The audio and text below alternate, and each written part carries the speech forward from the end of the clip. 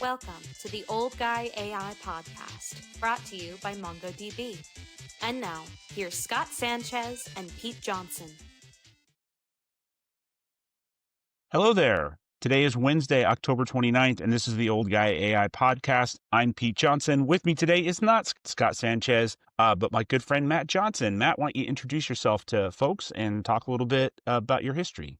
For sure. Yeah. Thanks so much for having me on, Pete.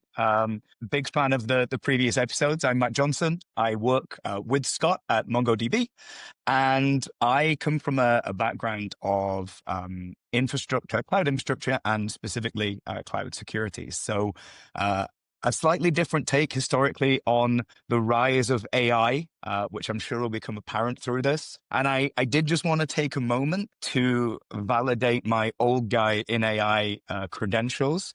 So I went through, as a geek, right? Everyone has that bag of cables and things they don't want to throw away. And that applies to hardware. So I wanted to just showcase a little show and tell. An original Game Boy from my childhood. Black and white screen.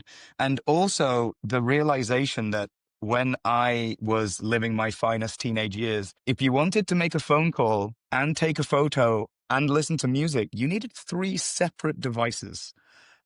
So, hopefully that ages me somewhat adequately, to fit the bill. Anyway, lovely to be here. Well, you had me at the gray parts of your beard, but those are bonus points for all that stuff you just showed. So well done, my friend. That's just 1 year of marriage. No, I'm kidding. It's lovely to be here. Cheers. Well, let's get right into it then. So as we were preparing for what topics we talk about, you found one that I don't think Scott and I would have found, and that had to do with AI security on some Android devices. So why don't you talk about what happened there? Yeah. So this came through a security ex-colleague from OffSec Radar, and the issue is around Gemini AI, specifically on Android phones, not being aware what it kind of does and doesn't have access to in terms of tooling. So it seems that autonomously and in the background, Gemini has been making 911 and in Europe 112 emergency calls without user consent or confirmation, based on what it's hearing and what it's picking up in AI sessions. Apparently, it's also creating draft Gmails with like evidence and data recorded from the time when it's making those emergency calls. So, like if it's detecting kind of screaming or potential violence in its inputs, it's going ahead and using all these features that it has access to within the Android subsystems, but without kind of any user authorization or interaction, which I guess for an emergency, you'd want no user interaction. But the article kind of highlights that it wasn't a particularly expected or documented or kind of talked about feature. So it's caught a lot of people off guard. I know you're new to it, but in the AI game, we call that a hallucination. Is it a hallucination though? It's like if it's almost kind of agentic in it's using something that it thinks it has complete access to, but maybe the guardrails for when it should and shouldn't use those kind of tools within the Android platform, right? It probably is correctly thinking this doesn't sound like a good situation. It's more the permission on whether it should be making these recordings or taking this evidence or making the 911 calls. Like, is that a hallucination, would you say, in like the LLM, or is that more the prompt giving it too much power over what the user thinks the platform can do? So you raise a good point. It's under what circumstances should this agent, is what I'll call it, take on those actions that may or may not be an emergency? And under what circumstances do you do it autonomously? Under what circumstances do you ask for permission? It reminds me, in a way, one of the features, I'm an iPhone guy, and one of the features of the iPhone is you can do fall detection. And as a Right. 55-year-old who's 6'6" and 275, when I fall, it's a major event. And I might want my wife to know about that when that happens. But you can set up permissions for those sorts of things. And the story that you're talking about, it's happening autonomously. So you raise a good point that any good agentic system is going to have guardrails for, okay, when do you do something automatically? When do you ask permission, or when do you not do anything at all? And threading that needle and finding the circumstances under which you want each of those to do is part of what we're fumbling through as industry right now. Yeah. Yeah. And just kind of digging into the article, it was saying the behavior stems from Gemini AI's backend interpreting conversational context as imminent threats. And so, yeah, it's the lack of and like you said, for a fall, and yeah, the taller you are, the more acceleration is a pain in the what's it. That's something that you're probably not going to want any requirement for user interaction, right? But if they're actively using their phone in a conversational way, then they're already there to be able to maybe have that consent. So I think threading the needle very carefully is a perfect way of putting it, because this is all just brand new, and it's gone are the case statement days where you can specifically say, I will only do this if the user has asked for X, Y, and Z, right? That you called it Zed makes me very happy. Just given language differences. Zed. I mean, we're all speaking English, but we're all speaking different kinds of English. I always love that when a non-American uses Zed.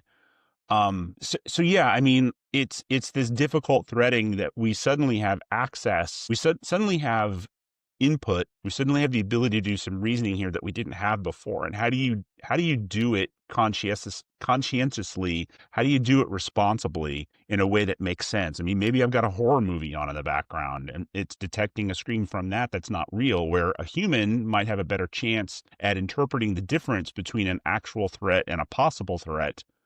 And this is where and that's why I initially called it a hallucination. Is as good as a lot of the LLMs are at detecting some of this stuff, there's a lot of it that it doesn't have the same level of human nuance. And this is an example where that nuance can unnecessarily, invoke an emergency mechanism that maybe you don't need. It's that context, right? That humans just perceive naturally as part of a conversation with a friend versus a conversation with a coworker versus a conversation with a government official. The context is clear based on the fact you know who you're talking to, whereas, or watching a horror movie with a friend, right? Whereas the context is maybe missing from an LLM that's just taking a feed of conversational text, and it maybe doesn't have the prompts from, in this case, the apps within the Android system as to what exactly the context of the text it's receiving is. It's maybe all just treated the same. Interesting problem, for sure. In some ways, it's a little bit like you and I are friends. We've worked together before, and I could say something to you and use facial expression and body language that you would know I'm kidding because you and I have prior context. But if you just took the transcript of what I said, might be offensive if you read it in a different context or Right. in an email or in a text. And it's some of those subtleties that I think what we're discovering is a lot of times it matters more than you think it does, that the LLMs can't perceive some of that stuff, especially in this example where it doesn't have video. It only has audio and it has location. So it can't read facial expression. It typically isn't good at reading voice inflection, even if you did have the audio. And a lot of, what we have with human interaction, what is it, like 80% of human interaction? Yeah, I've read that statistic somewhere. Yeah, a massive amount of it is not what's said. It's all the other posture and conversational cues. I guess it's almost like we're saying that LLMs currently are like people that had to meet and start working with each other during COVID only on Zoom with the cameras off for the first time. And obviously those relationships were just never going to be as solid as relationships that started, building those nuances with that person, seeing their facial cues and things. Yeah, we're living in a world with LLMs that are all at the social capacity level of meeting each other during COVID over Zoom, which is a really interesting way of putting it from not having those contexts. Absolutely. Absolutely. So that's a super interesting use case. Overnight, you sent me another story that was super interesting, but in a very different way. And that was that our friends at NVIDIA invested $1 billion in a place I don't think anybody would have had coming. They invested in Nokia yesterday in exchange for a 2.9% stake in that company. What's your take on that one? I had that exact phone, as did a lot of people. Yeah, what most people outside of our industry, I guess, won't know is that Nokia has a lot more products in kind of the high-end telco, country to country internet connectivity, routing and switching than, well, certainly than they do now in telephones and handsets, but probably even than they did then. The phones kind of came out of the fact that they were already building, the original 2G, 3G, 4G base stations. And all the kind of backhaul networking. So my guess from this is, we've seen NVIDIA kind of play the whole infrastructure and interconnect standards wars with things like Ethernet versus kind of, homegrown solutions. I'm guessing this is them wanting to secure a supply chain for the interconnects as they grow their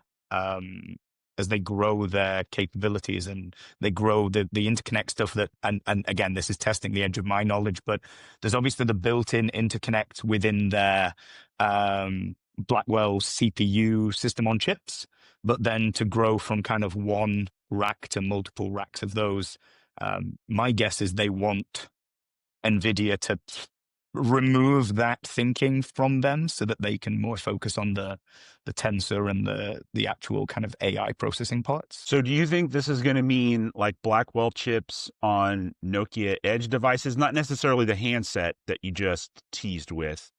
Because you've got this thing going on in the ecosystem where, this is never going to have an NVIDIA GPU on it, right? Apple's doing their own silicon, and so is Android, right? TPUs are starting to go in Android devices. So maybe if you don't get them on the end consumer devices, I think what you're suggesting, and correct me if I'm wrong, is, okay, what if you got it on the other edge networking devices? If you got the GPUs out there through that Nokia ecosystem and started to take advantage of some edge inferencing there, is that where you're headed with that? It wasn't, but it could be, because they're already going to be rolling those edge locations out, right, as part of needing connectivity. My thought was more, does NVIDIA want to offload all of the complexities of connectivity to kind of a trusted partner who's already kind of big in the 100 gigabit plus a second connectivity space, so that they can focus more on the AI side of their system on chip or of their larger scale build outs. Does it not make sense for NVIDIA to basically spin up a Nokia networking unit internally versus just partner with Nokia was more where I was going. I see. Well, 6G was certainly mentioned throughout all the different press on this that I saw. So what you're talking about makes a lot of sense to me then. Although maybe AI just saves a load of work on building new 6G standards. Maybe it's just maybe. Interesting investment though. When you pinged me with it last night, this morning, I updated the infographic that I've been using. And it wasn't until I saw it on the infographic that in this space, as ludicrous as it is to say, like $1 billion isn't a lot of money anymore. When you consider, the 100 billion that NVIDIA is sending to OpenAI. And if you look at Nokia's market cap of about 45 billion versus OpenAI's valuation of about 500 billion, like it's super weird that $1 billion isn't a lot of money in this space anymore, but it's an interesting side hustle that NVIDIA's put in play here. It continues the forefront AI companies investing in what a lot of people would consider kind of legacy technology sector companies.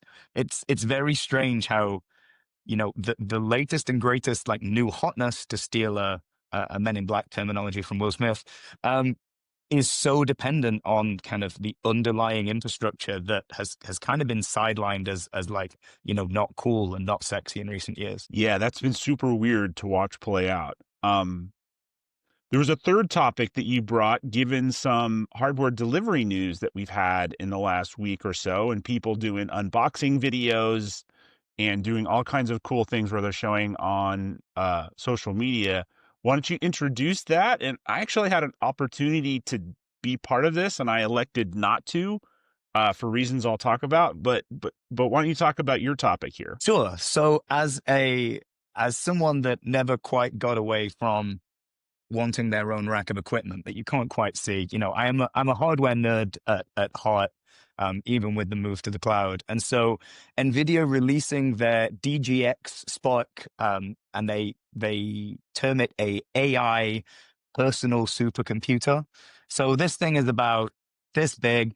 It's got 10 gig Ethernet on the back, and it's got one of the 1 petaflop GB10 Blackwell GPUs in it, and a system on chip, and 128 gigabytes of memory.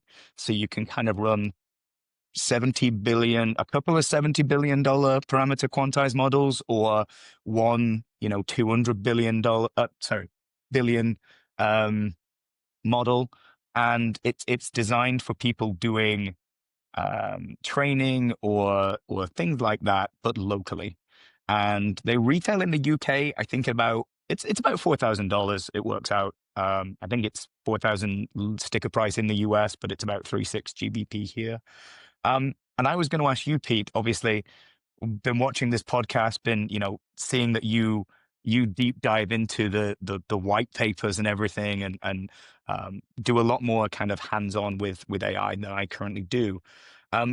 Would you have one? You just said you kind of passed up, but like, what would you use this for? Would you be excited to have one on your desk, or, where's the cutoff if you're not in a completely, security required to have offline? Then obviously these things make sense. But with access to the cloud that you have, would you have one? Why wouldn't you? And what would you use it for?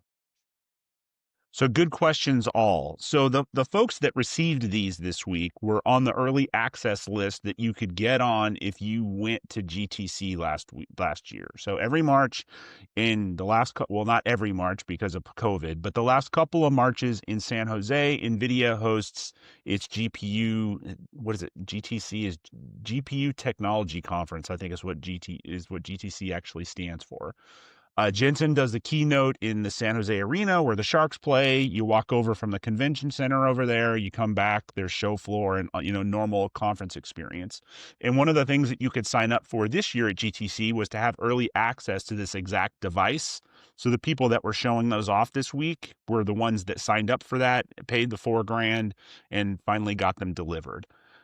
But you raise a good question. So I decided not to do this. And the reason I decided not to do this is for me, it's always like at what level of the stack are you going to operate on? I've never trained a model, and I find the learning curve for figuring out how to train a model that learning curve is super intimidating to me. So if you're somebody who would build your own model, or if you're somebody who would get into fine tuning an existing model, this is the box for you to do it. But if all you're going to do is inferencing some models, there's, network latency to all the different hyperscalers is reasonable enough that for most use cases where you're, going out and building toys, I find it just fine to have an inferencing model be hosted in a cloud or a model provider, and I'll build the agentic stuff on top of that locally. I haven't had, in the kinds of stuff I build, and I'm not building anything for production anymore, that I don't need to inference a model locally. There's plenty of use cases where for production, you would need to do that, but I didn't find the need to it. It is a super cool, slick piece of hardware. And that price point is mind-boggling to me as someone whose first computer had 4K of memory, that we're now talking about, what is it again? There's a petaflop of compute you can have for $4,000. I mean, come on. Like, so if you're gonna, in particular, I think it, the person closest to me who got one is super into fine tuning. So this is a perfect thing for him. Like, he's going to download Llama from Hugging Face, and he's going to go through some fine tuning use cases and iterate over that. This is the perfect box for him that he couldn't do on the stack, similar to the one that you have behind you that he has on his home right now. So this was perfect for him. And I haven't heard what the results are yet, but I think really squarely this is aimed at the fine tuning audience for now. Yeah, that makes sense. And interestingly, I asked both Gemini and ChatGPT 5. I will give my specific. I said, consider the new DGX Spark, personal AI supercomputer device, retailing in the UK for XYZ. There's Z again. I'll try and fit aluminum and aluminium in somewhere as well. And given the cost of cloud GPUs and cloud inference, is there a strong or weak negative return on investment for these devices versus consuming cloud GPUs? And Gemini was like, I have no idea what you're talking about. Maybe it's too new and the announcement is too new. Whereas ChatGPT basically said exactly what you just said, and said for the price, if we look at the cheapest H1000 80 gig GPUs in community alternative clouds, roughly $1.9 to $2.4 an hour. That basically works out that unless you are using your device at home for 10 hours a day for 7.5 months, you're not going to break even on the cost of just renting the GPU. And then with the chance of Blackwell Ultra and Rubin in H226 sourced by The Verge, there's a chance that before you get to that 7.5 to 12 months, based on amount of consistent usage, there might already be a newer, shinier GPU that you need to buy to kind of keep up with what you could rent in the cloud. So yeah, and then it says the only difference is, if you're doing a lot of